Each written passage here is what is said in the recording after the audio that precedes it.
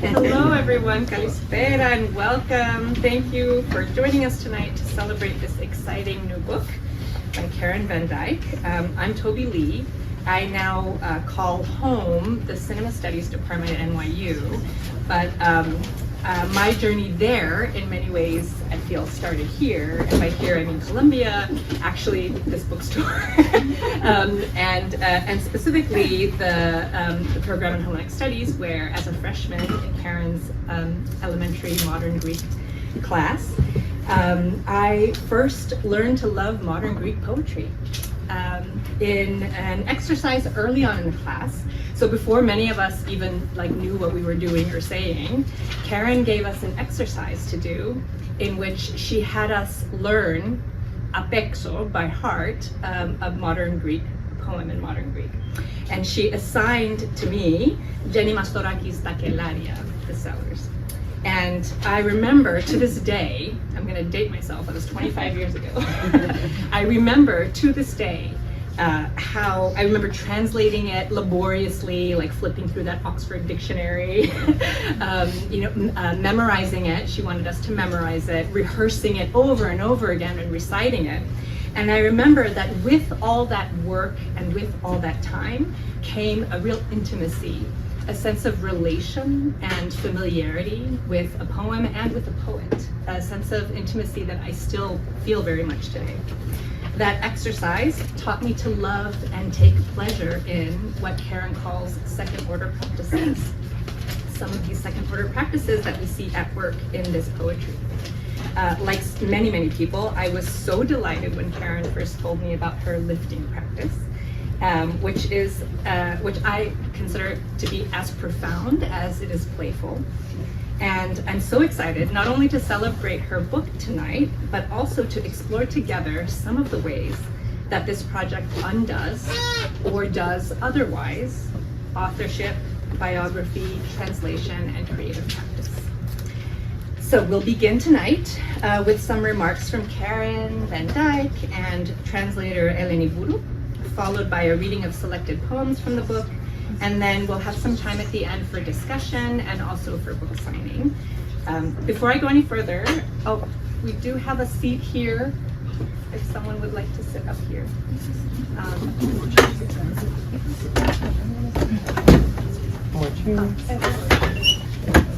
Before I go any further, I would like to thank the program in Hellenic Studies at Columbia, the director of the program, Stathis Bourburis, program coordinator Eleni Bourou, as well as Cody, Chris, and the rest of the staff here at Culture. Thank you so much. So first, I'll introduce our first speakers, Karen and Eleni, and then the readers, in the interest of time, I will not introduce, but all of their bios are on the back of the handout that you saw on your seat. So Karen Van Dyke is a critic, translator, poet, and founder of the Hellenic Studies Program in the Classics Department at Columbia University. Her research translations include Jazra Khaleed's The Light That Burns Us, Maria Laina's Hers, Margarita Liberaki's Three Summers, some of those books are up there, and the anthology Austerity Measures, The New Greek Poetry. Her essays, translations, and poems have appeared in the PMLA, the LA Review of Books, The Guardian, the Paris Review, Asymptote, and Tender. And we're so lucky that Eleni Bourou is here with us tonight from Greece, aka Kyoko Kishida, who's a translator, a poet, and editor. Her translations include poetry by Yosano Akiko, Nanni Balestrini, Nicole Brossard, Audre Lorde, and Keston Sutherland, as well as the books Feminism Without Borders, Decolonizing Theory, Practicing Solidarity by Chandra Mohanty, and Jasper Puar's Terrorist Assemblages, Homo Nationalism in Queer Times. So you can really get a sense of her range. Her poetry can be found in the collective works Virgulentxs, Chama Depende do Combustível, Volume 2, What the Fire Sees, ANAMESA, and in the literary magazine Lichtungen. She and Jazra Khaleed edit the Greek poetry magazine Teflon. Okay.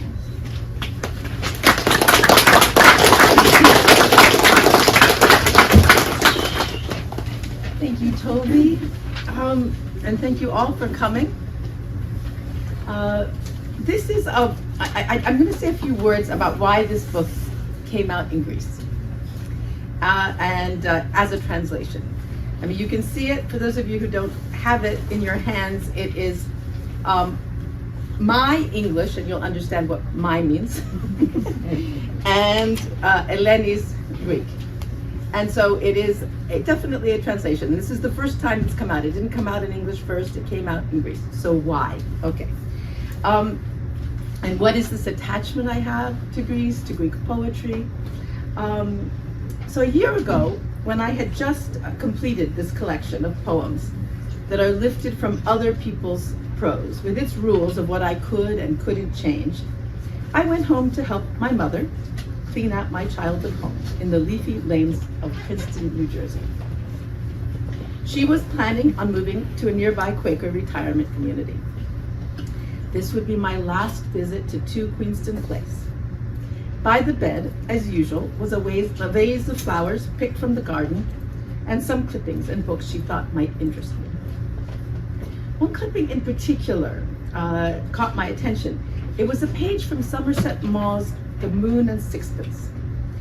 In the margins, she had scribbled in pencil, my name, with an exclamation point. Karen. This was the part she had underlined. They are strangers in their birthplace, and the leafy lanes they have known from childhood remain but a place of passage. They may spend their whole lives aliens among their kindred and remain aloof among the only scenes they have ever known. Aliens, yes, that sounded right. I had always felt out of place as a child, and I wondered how long ago she'd written that. When did she find that piece? How was her recognition of me connected to my own understanding of myself as a 16-year-old when I left Princeton to go to Greece? Even my name Karen never felt quite right. It had been given to me, my parents said, because my cousin got the name Catherine. Okay, first. And so that's the name they'd chosen for me, but no, I got Karen, okay. So in Greece, I did manage to reclaim the name Catherine when my teacher and the poet, our friend, Katerina Angelakiruk, included me in her name day celebration in Kalimnos, where I was on a high school study abroad program. Karen, Katerina, the vieni. Karen, that's from Catherine, isn't it?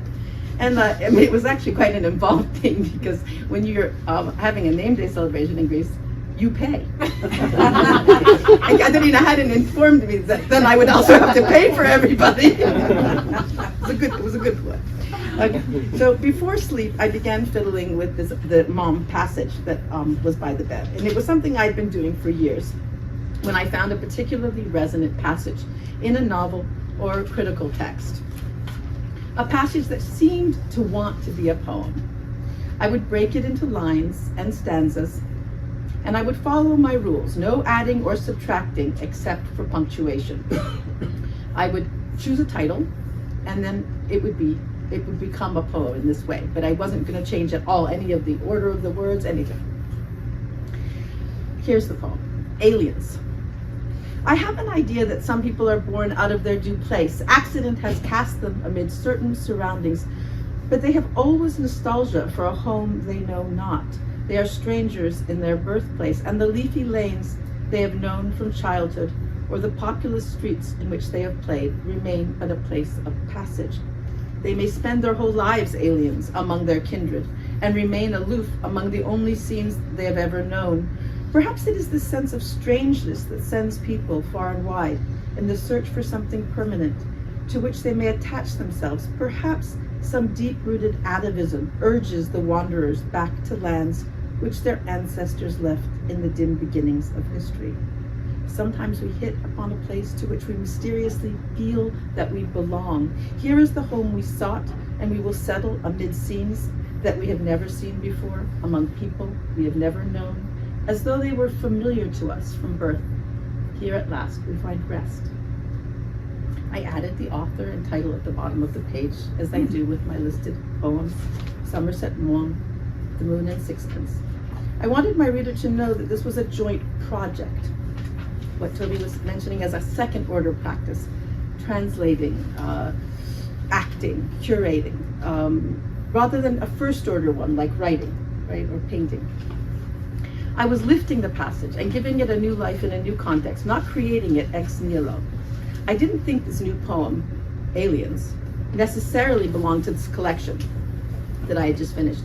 It was more a comment on the whole endeavor, on the quicksand achievement of creating a story from what Chang-Rae Lee calls in the first poem of my collection, these sorry bits and samplings that can't help but seem out of context.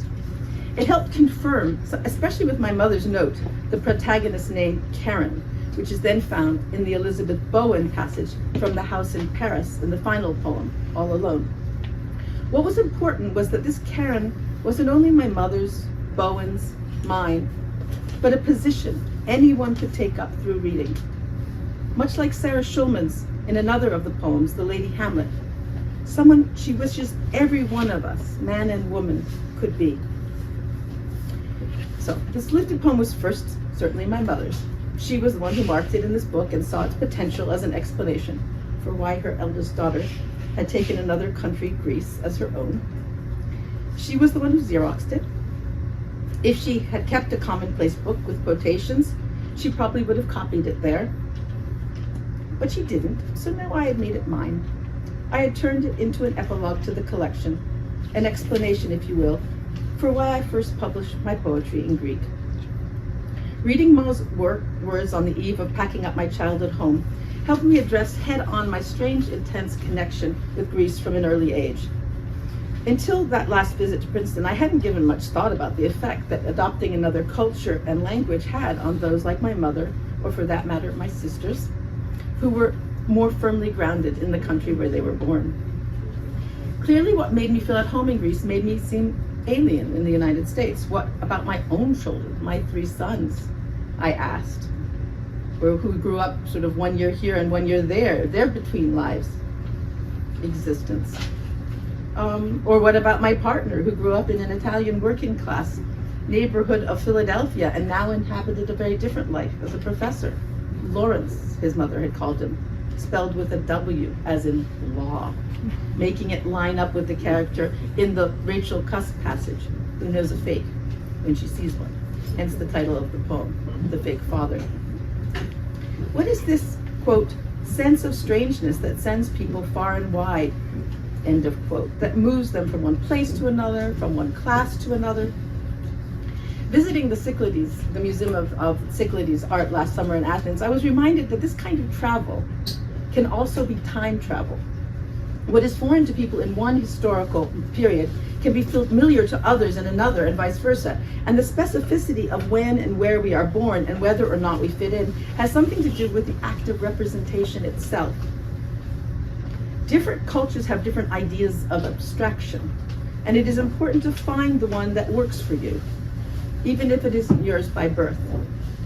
The mom passage is liberating because it suggests we are not trapped. It is possible to hit upon a form of expression from another culture like I had. I remember feeling immediately at home with the way of seeing the world that Greek poets such as Kavafi and Ritsos and Angeliki Roptik and Mastoraiki,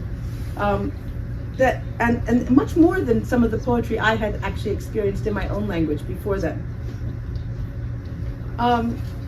Perhaps something similar occurred for the artists, I thought. I was in the Cyclades Museum, Brancusi, Modigliani, Picasso, when they found the marble figurine of the Cyclades. Perhaps they felt more able to express their idea of humanity with the alien, enlarged, triangular heads, the stylized crossed arms, right? The stretched out torsos of Syros, circa 2800 to 2300 BCE. Perhaps that form of abstraction explains something about life and death for them that their contemporaries couldn't. It's liberating to take things that belong in one place and time and put them in another, to remake them by lifting, translating, adapting. But it isn't always easy. The sense of community and reception is bifurcated, less certain than if one stays put. So I'm particularly happy to be presenting these poems with family, friends, colleagues, and students who really share this between worlds existence. Particularly thrilled to have Eleni Bourou from Athens. This poetry project, with its bits and samplings from so many different authors, quite a few here tonight, is about how we enter other spaces through books, through reading and interpreting what we are reading. For me, there is something particularly women-centered about embracing second-order practices, their selectivity, their sense that authorship is elsewhere, their collective impulse, lifting like quilting, is something women traditionally do. When I read the passage that my mother left by my bed, it struck me as weirdly prescient. Not just the way it described someone who found herself more at home in a place far from home, but the way it actually foregrounded the kind of reading I do, where passages from other people's prose are reworked to help me tell my story, my own story. But the reason I wanted to frame my introduction tonight with this homecoming anecdote is because of one more twist. The telling a story about my life is addressed from the perspective of another reader, my mother. By recounting how I made a lifted poem out of a passage that someone else had already lifted, I can perform a double closure to my idea of the lifted poems as only mine, but also to my idea of my childhood as only mine, right? And there's a kind of double thing going on there. Everything is up for grabs, available for recycling and retelling. Commonplace books, after all, with their collection of quotations, are always also for other readers, not just the one who transcribes them, but for their families, their friends. They're to share. And so I hand this over to you, my readers, to do with it as you please, to read it as a life story about a girl growing into a woman and a writer and a translator, as a sampler of my favorite books, or maybe books that are your favorites, by authors such as Dreiser, Kafka, and Adnan, or as an invitation to make your own lifted poems. And if anybody has them, we'll have time for you to read them too later. Thank you. Ευχαριστώ πολύ.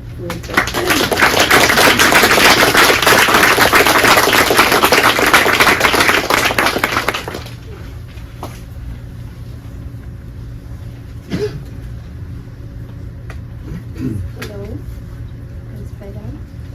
thanks for coming tonight.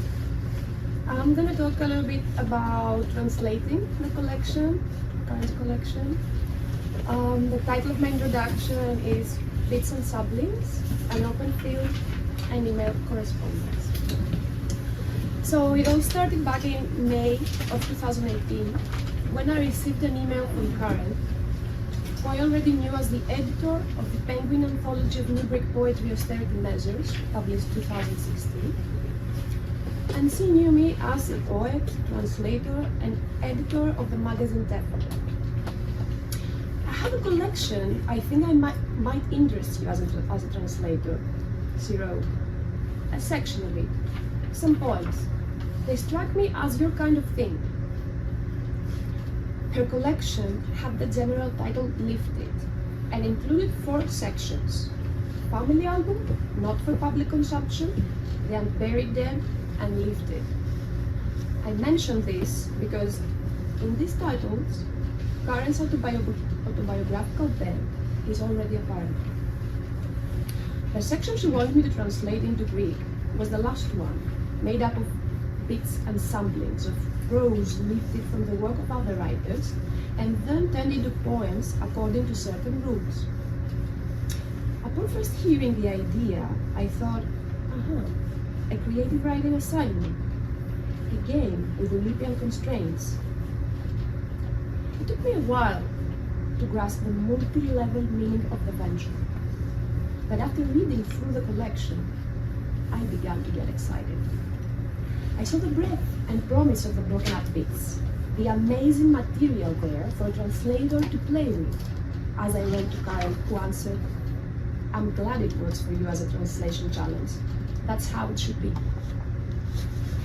Because of the nature of the project, Karen and I decided from the start that we couldn't use already existing Greek translations of the works she had taken passages from, like those by Eugenides, Woolf, Conrad, Benjamin, Lewis Carroll, Azauer, Henry James, Pamuk, Wharton, Cust. And that the passages like those by Liberaki, Valtinos, and Zika, which were originally written in Greek, would also be translated from their English translations back into Greek. Though Karen's collection is built out of heterogeneous pieces, when it came to its translation, it had to have a unified through line. In her afterword of the collection, she describes the challenge this presented.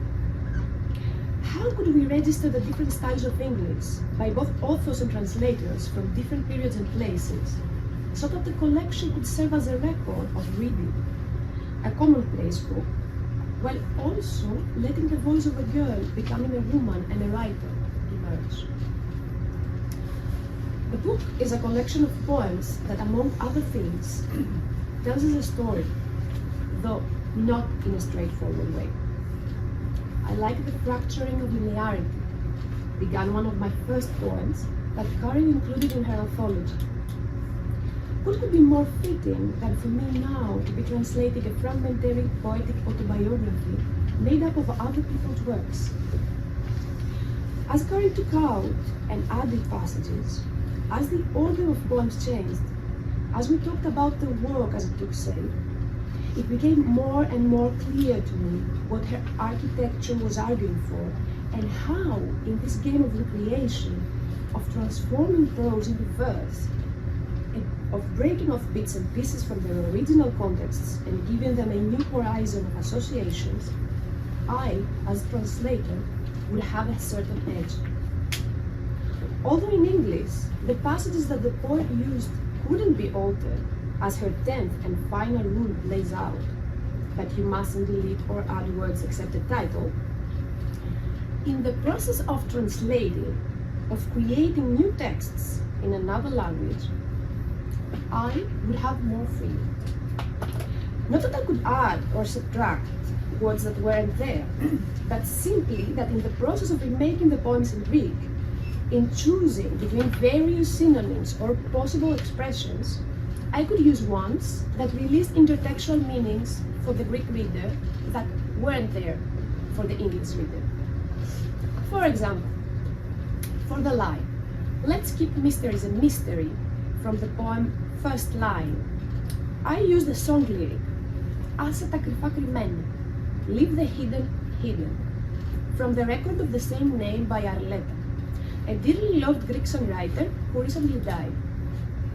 That translation choice sets off a chain of associations for people who love Arleta songs, but also grafts a Tel Adnan's passage, which Karen had turned into a poem about poetics, with a part of my own story.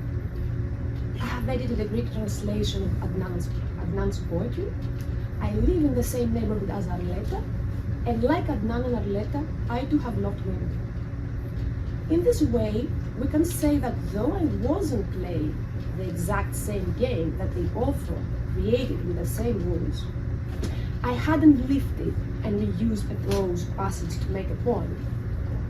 Nonetheless, in bringing over the meaning from one language to another, I too had the occasion to lift and sift certain meanings in the direction I wanted. We were, both Karen and I, homo ludens, people at play, each in our own way.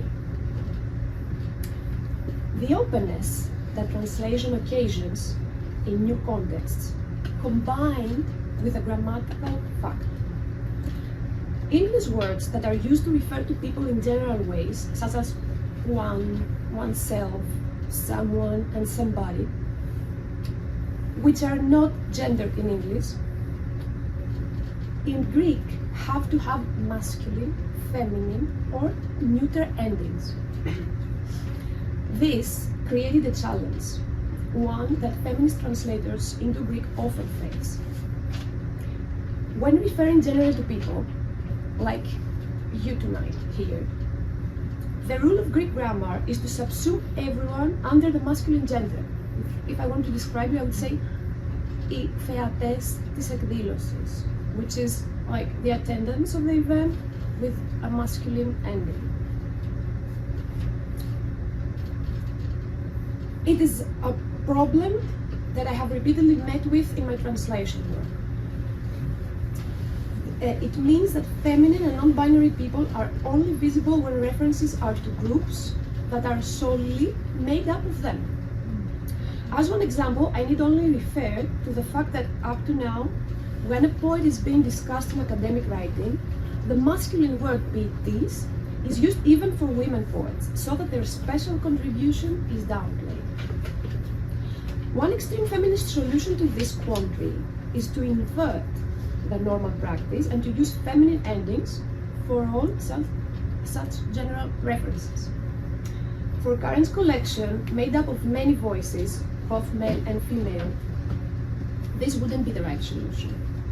On the other hand, because I think of Karen as a feminist and because the book tells some stories from her life, I thought that perhaps in certain places, as when a male author of the passage in Too Hopeful says, "So much as leave messages for one another," we might translate it όσο αφήνουμε μηνύματα ο ένας στην άλλη.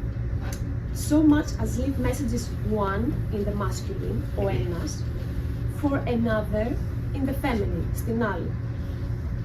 Or in the Easthope passage, used in the poem The Lyric Eye, when the author says, "When I'm talking about myself," I thought it might fit, since it was Karen borrowing this to talk about herself among other things, to translate it όταν μιλάω για την εαυτή μου, when I'm talking about myself in the feminine. Like the masculine is ο εαυτός μου, the feminine η εαυτή μου. The general reference is usually ο εαυτός μου. Then a very interesting email exchange ensued, with Karen explaining why this wouldn't work. In answer to my question with regard to Too Hopeful, why would a man only send messages to men? That is, why in Greek should we translate leave messages for one another only using masculine pronouns?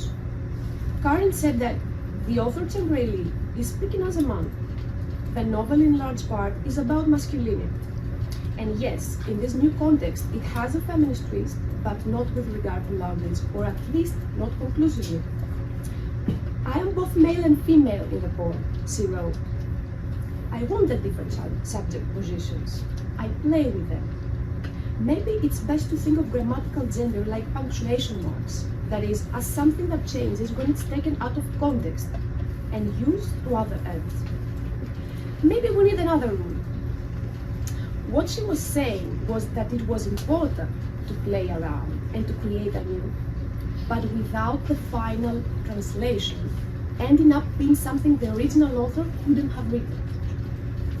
It wouldn't do to make Liz myself feminine. That is, I could lift, bend, and still a little here, a little there, but not the full body. I could make some general references feminine and masculine, such in visiting hours when we get both genders, since the relatives of the prisoners are both men and women. So we have κάποια σήκωνε κόκκινο μαντίλι, one in the feminine, κάποια, would hold up a red kerchief, άλλος άνοιγε και έκλεινε μια ομπρέλα, another in the masculine, άλλος, would open and close an umbrella. And this was playful, interrogative, and made the point, but without closing down other readings, which was also important. What I want to stress more fully is that in taking pieces of works from their original context and placing them in a new one, it was easy to get carried away with my own feminist positions or my own singular interpretation of the collection as an alternative narrative about the life of the author. But what I quite quickly realized was the poems in the collection in my translation had to be open to different interpretations. They had to offer inspiration and food for thought to readers on all sorts of topics: writing, translating, gender and society, personal relationships, the human condition, and why not, bits and saplings of the reader's own stories too. A sort of everybody's autobiography rather than an autobiography of the other, as Gertrude Stein's autobiography of Alice B. Toklas. I taking back what they took from us, as Karen wrote in our invaluable email correspondence.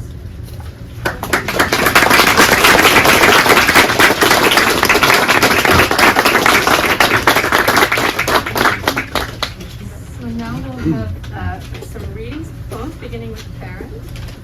We'll read, well, not necessarily just both. Well, I'm going to read a little just from the beginning, so now you do know what the rules are. And then sometimes Eleni will come in with a Greek, and sometimes somebody else will read one of their pieces or something they're attached to in some way. Should we stand or maybe? I think we can just, yeah, and then we'll just pass it around to whoever. Okay. Oh, and yes. Should we say that the? Well, the bios of whoever's reading are on the seats, and Mark is not my mother. Mark had to be sick. We're sad not to have him, but my mother is standing in as a very good job. Okay, so, can you hear me? Yeah. Okay. This is a story about me, written by other people. It is a story lifted from other people's prose and turned into poems. The lines and stanzas, as well as the order of the poems, connect otherwise unrelated material. The passages are resonant in their original context. Maybe we do have to stand up, read it. But in this new one, broken up and rearranged, they make other interpretations possible. Rules. 1. Take a prose passage that wants to be a poem. 2. Transcribe it. 3. Note the author. 4. The title of the book where you found the passage. 5. And the translator, if originally in another language. 6. Rework it as a poem. 7. You can break it into lines. 8. Create stanzas. 9. Change the punctuation. 10. But you mustn't delete or add words, except the title. And this is the first one, Too Hopeful. And it occurred to me, I'll tell you, that at the bottom of the page you see who it is. It's Chang Rei Li's novel, Aloft. Too Hopeful. And it occurred to me that in this new millennium life of instant and ubiquitous connection, you don't in fact communicate so much as leave messages for one another. These odd improvisational performances, often sorry bits and samplings of ourselves that can't help but seem out of context. And then when you finally reach someone, everyone is so out of practice or too hopeful or else embittered that you wonder if it would be better not to attempt contact at all.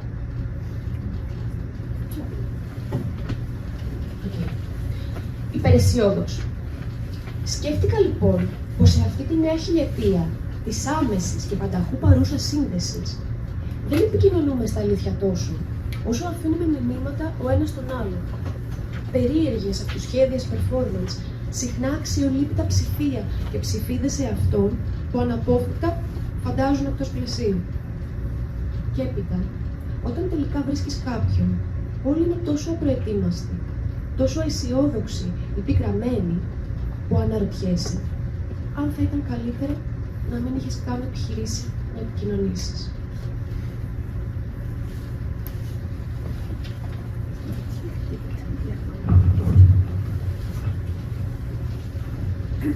We're not standing, but embarrass everybody. Going to read New York. This is taken from, I'm going to read New York, and this is taken from Theodore Dreiser's The Bulwark. In reply to my mother's inquiry as to whether she could not possibly live and work at home, she tried to explain that she must continue to live in a free and normal atmosphere, such as she felt certain she could never have at home. Her desire to learn and achieve, she said, was as serious on her part as religion to her father. And it did not mean that she loved him less.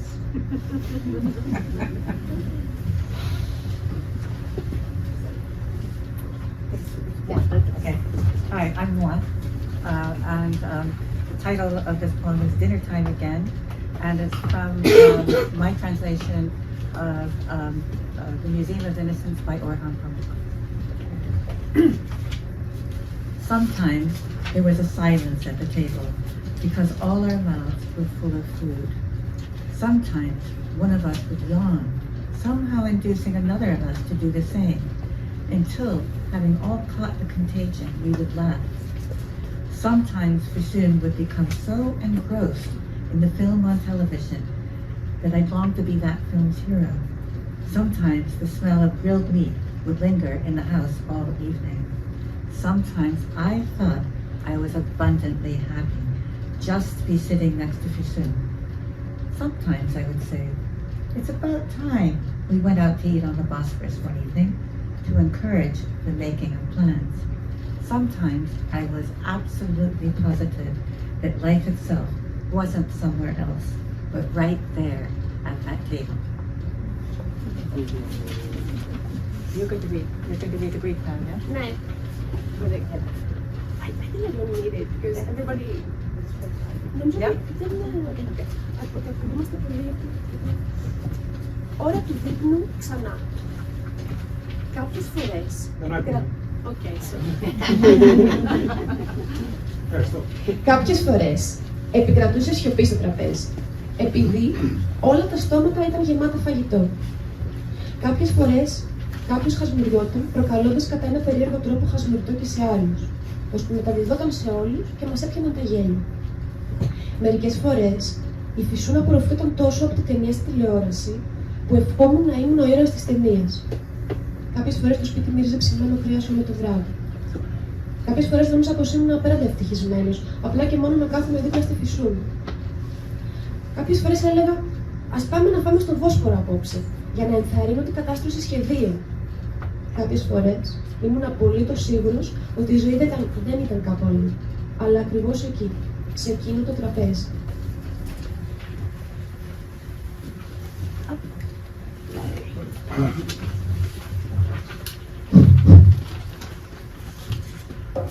Why do I feel like this is a poem that I wrote on the way to the reading? As Frank O'Hara used to say. This is called A Fake Father. The reason he went on, is that on?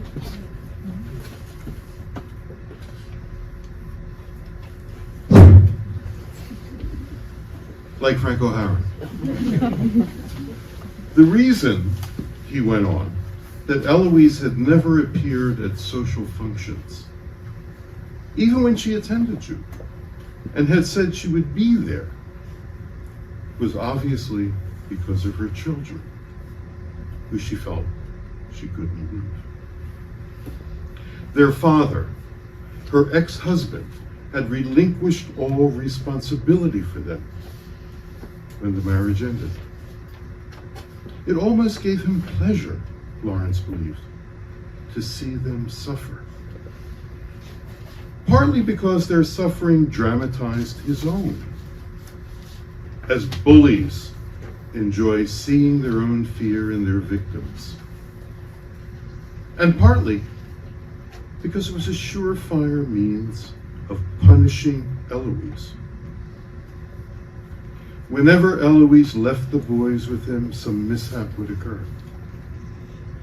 They would injure themselves or each other, would come back with stories of abandonment and neglect, of being taken to strange, inappropriate places, or being left with people they didn't know. He was absolutely pitiless in his conduct, as well as refusing to contribute a single penny toward their costs. Eloise was very hard up herself, but she had to send them to their fathers with money, in case they needed to buy food, or had even been known to drop by with dishes she had cooked, saying they were going spare. At Christmas, she bought, wrapped, and delivered presents from him to his own children. You still do, he said, looking at her. You still prop up that good for nothing. Darling, she said, please. You won't hear a word against him, Lawrence said, let alone stand up to him. Eloise wore a pleading expression. What would be the point, she said. He shouldn't be allowed to get away with it, Lawrence said. You should stand up to him. But what would be the point, Eloise said. You should stand up to him, Lawrence repeated, instead of propping him up, running yourself into the ground day and night to cover up for him. They should know the truth, he said, taking a long swallow of wine. They just need to say they've got a father.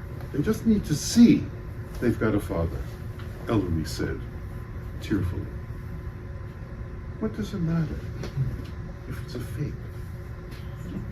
That's from a novel by Rachel Cusk called Transit.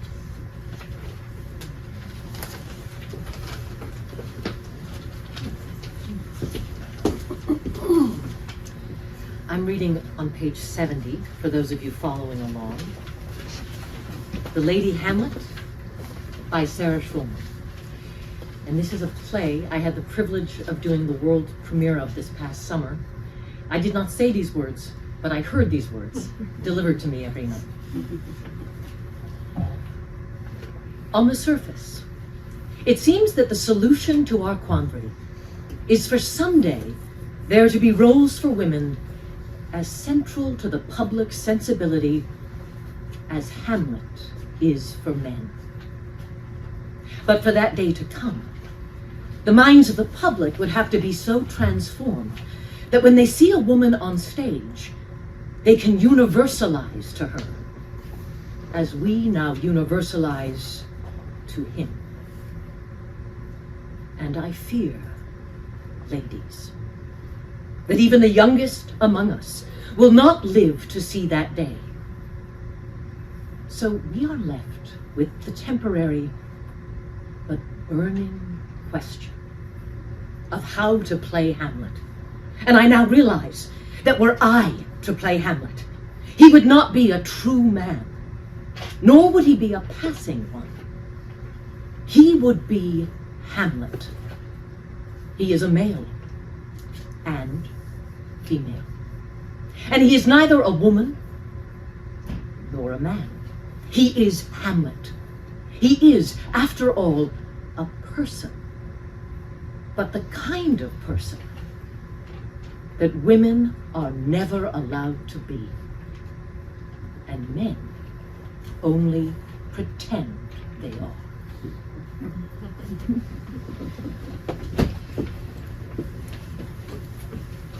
One last poem from Etelanan's, basically a blog. It was a thing she wrote for the Poetry Foundation, and it's called First Line. A thought happens to the mind, and it becomes a line of poetry. Why this and not other thoughts, we'll never know. Let's keep mysteries a mystery. But that line has a particular rhythm, an original one, and an energy, an enormous one that pushes us ahead. We usually don't know where we're going, and that's why we keep going. That first line is similar to the currents of air that birds find and follow. They sail on that particular current. They follow its course. They trust it and go. So this is how you find yourself engaged in a new adventure, a spiritual journey, a search, if you want, where what you search is not already there, but established as you go along. Πρώτη γραμμή. Μια σκέψη έρχεται στο μυαλό και γίνεται στίχος ποίησης. Γιατί αυτή και όχι άλλες σκέψεις δεν θα το μάθουμε ποτέ. Ας αφήσουμε τα κρυφά κρυμμένα. Αλλά αυτός ο στίχος έχει ένα συγκεκριμένο ρυθμό, έναν πρωτότυπο ρυθμό και μια ενέργεια, μια τεράστια ενέργεια που μας σπρώχνει μπροστά. Συνήθως δεν ξέρουμε πού πηγαίνουμε, γι' αυτό και συνεχίζουμε. Αυτός ο πρώτος στίχος μοιάζει με τα ρεύματα αέρα που τα πουλιά βρίσκουν και ακολουθούν. Πλέουν σε αυτό το συγκεκριμένο ρεύμα, ακολουθούν τη ροή του, το εμπιστεύονται και πάνε. Έτσι λοιπόν, μπαίνουμε σε μια καινούργια περιπέτεια, ένα πνευματικό ταξίδι, μια αναζήτηση αν θέλετε, όπου αυτό που ψάχνουμε δεν είναι ήδη εκεί, αλλά εδραιώνεται καθώς προχωράμε.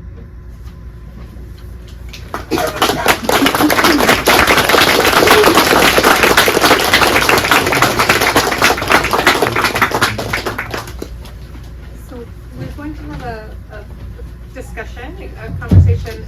I have a couple of things to, just some comments to kick it off. But I don't know, we're going to have a table. Oh, great. So I'll begin with a couple of thoughts, questions, and then About 15 minutes and people minutes. Yes.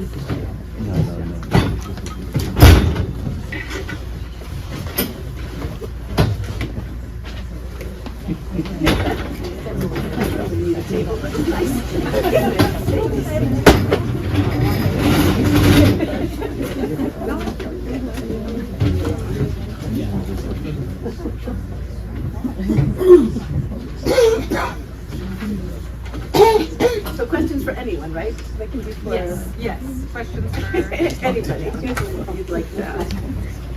for Karen, for Eleni, for readers.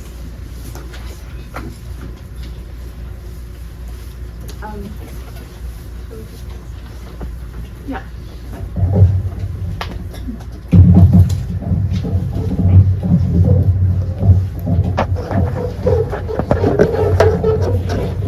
Or a provocation of some kind is for both Karen and Eleni, because Karen, you say that you think of this writing as a joint project. You say a second order practice like translating, acting, or curating. So, and because you are a translator, but you are also someone who has this kind of lifting writing practice, I'm curious to hear, and in conversation with your translator, with Eleni, I'm curious to hear how would you distinguish between the two practices of translating and writing in this way, right? And lifting. And maybe another way to ask that question is like, how is the secondariness of translating different from the secondariness of lifting a poem in this way? Okay, it's a great question. In a sense, I think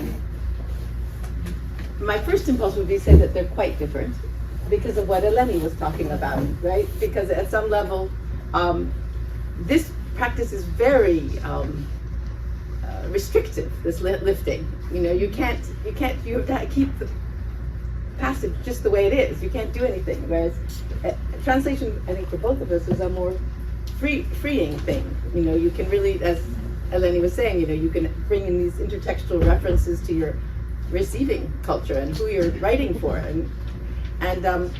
But I decided that, because I think of translation as a kind of apprenticeship, but I also think of lifting as a kind of apprenticeship. And I felt like I wanted to understand what I could do with a line break, a stanza, and punctuation. And yes, I gave myself the kind of kerasaiki, the little cherry on the top. I was allowed to make my own title. That was so exciting. It was like the best part. But so in some ways it was about how do I actually feel. And actually we had a conversation with some of the people who were reading who were very attached, like Jennifer, or when I was talking with Mark and Maureen, about, you're attached to your own language. You've heard it, or right? And I kept on saying, well, but now I want you to read it as if it's this poem. It has this space here. It does something different. What does that mean? How do you do that? So anyway, I think that my answer to you is that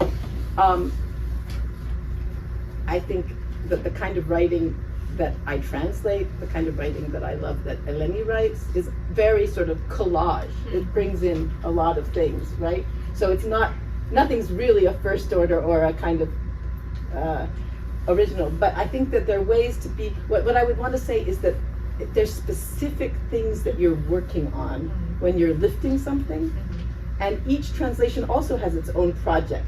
So I guess that's how I would sort of think of it. Like, what is this translation doing? And maybe I could just ask, for you sort of told us, but what were you able to do in this translation that that was different than another translation you've done?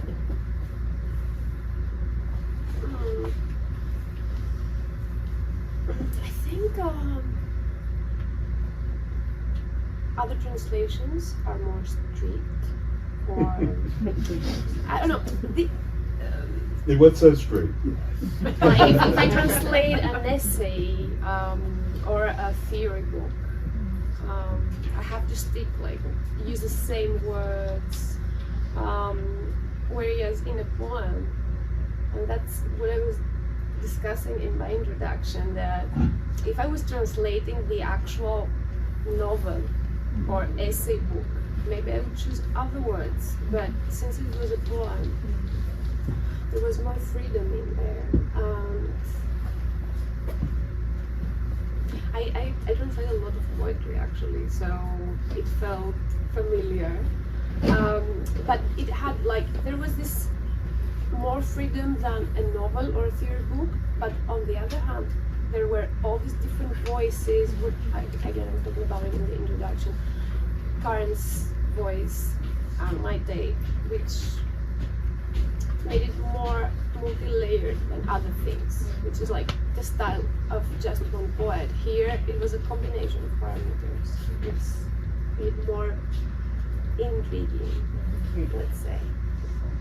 Yeah. I mean, in a way, I feel like the practice does to authorship what it also does to reading, and also what it does to translating, which is it kind of scatters it in this way, it kind of disperses it in this way, right? So you almost feel as a reader, and I think, I don't know her first name, but Tebridu, who wrote the review, is it also Yota, yeah. Yota Tebridu, was also talking about this kind of weird thing that happens when you're reading these poems, where all of a sudden you find yourself reading multiple poems, or you find yourself kind of in relation with multiple authors, right? And it's kind of by necessity, and you almost feel like you're, if you kind of imagine working your way through a labyrinth, so but you're kind of going through multiple routes at the same time. It does that, I think. I imagine that's what it does to the act of translating as well, when you're asked to translate something that's been listed.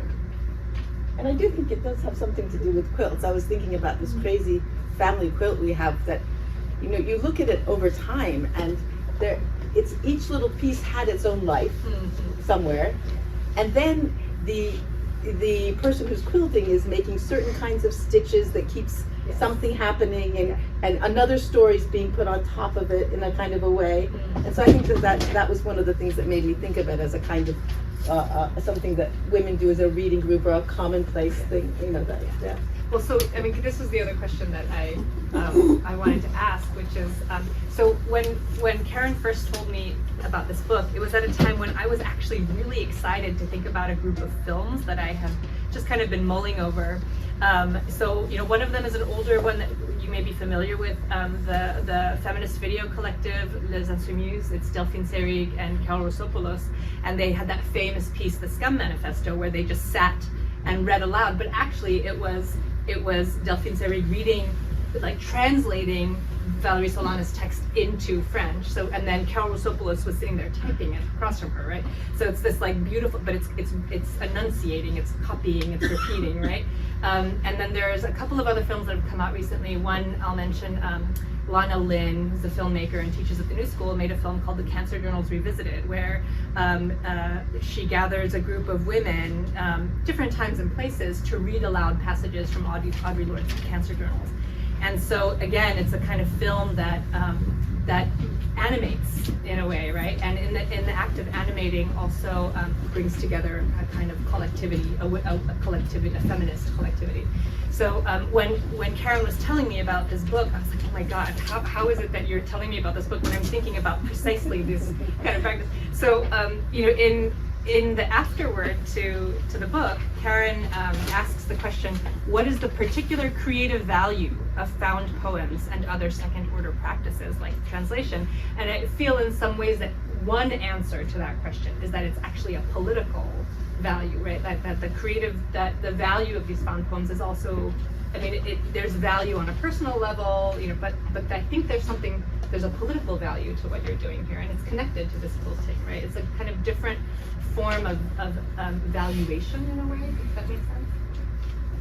Yeah, I mean, I think that, I mean, I get so interested in hearing about the films. Okay. But I think that there's something about, I'm somebody who's very interested in how certain kinds of structures, whether it's punctuation, whether it's something like homophony, whether it's just transliteration, the way you take a word into one language and another, how these things have a,